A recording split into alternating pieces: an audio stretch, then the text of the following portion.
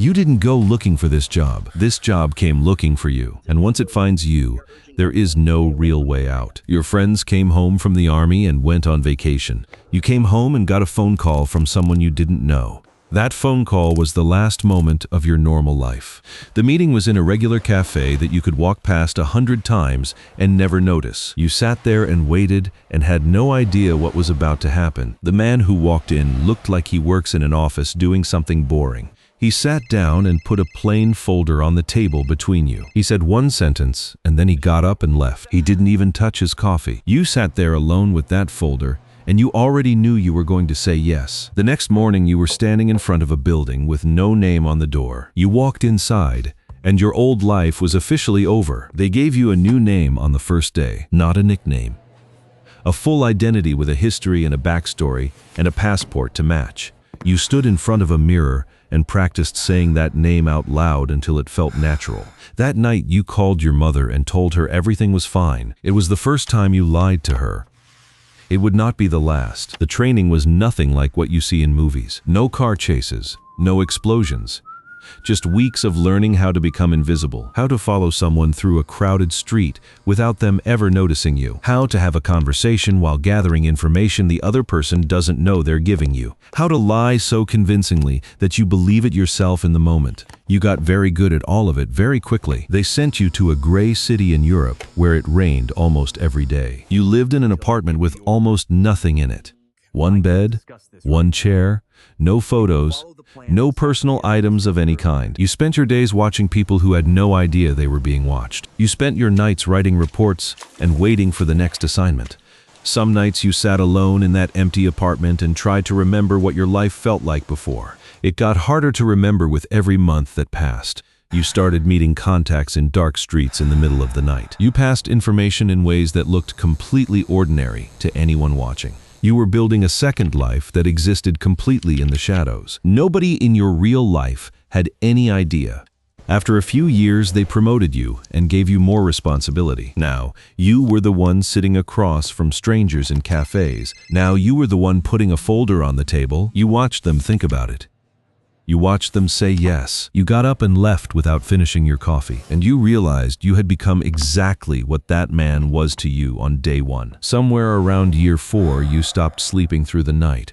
Not because of nightmares. Your brain just never fully turned off anymore. By year 6, you automatically sat with your back to the wall in every restaurant. By year 8, you couldn't fully trust anyone, including people on your own side. You knew this wasn't healthy. You also knew it was keeping you alive. They gave you a network to run, dozens of people across multiple countries, people who trusted you completely and whose safety depended on your decisions. You made those decisions in rooms with no windows and no natural light. Cold blue light overhead, a map of the world on the screen, names on a list. Some decisions protected people who never knew they were in danger. Some decisions put people in danger who had no say in the matter. You sat with both kinds, and you learned to live with both kinds, because that was the job, and you had chosen the job. Every morning, an armored car picked you up from a location that changed every day, a different route every single day. You stopped noticing it after a while. It just became normal. You were running operations on 3 continents at the same time, the kinds of decisions that affect governments and populations and history. And nobody outside of a very small group of people knew your name or your face. One day you walked out of a building and the door closed behind you, and that was it. No farewell, no plaque on a wall, a handshake in a hallway. 30 years of your life and a handshake in a hallway. The armored car did not come the next morning. You stood outside and looked at the empty street and understood it was really over. You went inside and the apartment felt different. Too quiet. Too still. You sat on the couch and turned on the television because you needed some noise. There was a news report about an operation in the Middle East. You recognized it immediately. You knew exactly what happened and why. You watched the news anchor describe it to millions of people who had no idea what they were really looking at. You turned the television off. You sat in the quiet and realized this is what the rest of your evenings look like now. No calls, no decisions. No one who needs anything from you. Just you and the apartment and everything you know and can never tell anyone. You look older than you should, not because of your age, but because of what you carry. You go to the window and look down at the street and watch ordinary people living ordinary lives. Then you go back to the couch and sit there with your hands in your lap, with nothing to do. You lie down and stare at the ceiling. Morning comes and you do it again. Tonight, somewhere in the world, a 21-year-old is getting a phone call. They are about to say yes, without really understanding what yes means. You said yes too, in an ordinary cafe to a man you had never met.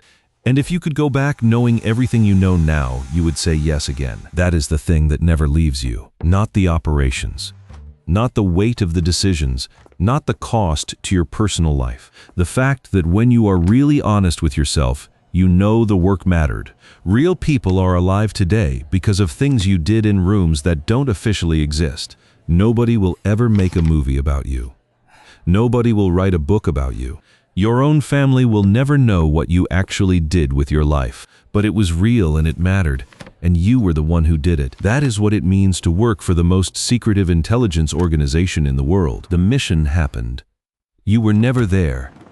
You don't exist. And right now, as you sit on that couch in that quiet apartment, it is all starting again somewhere. A folder on a table in an ordinary cafe, and a young person who is about to say yes. You picked up a photograph from the shelf and held it for a long time. The person in that photo made a choice a long time ago. That choice built something real, even if the world will never see it. Nobody called today.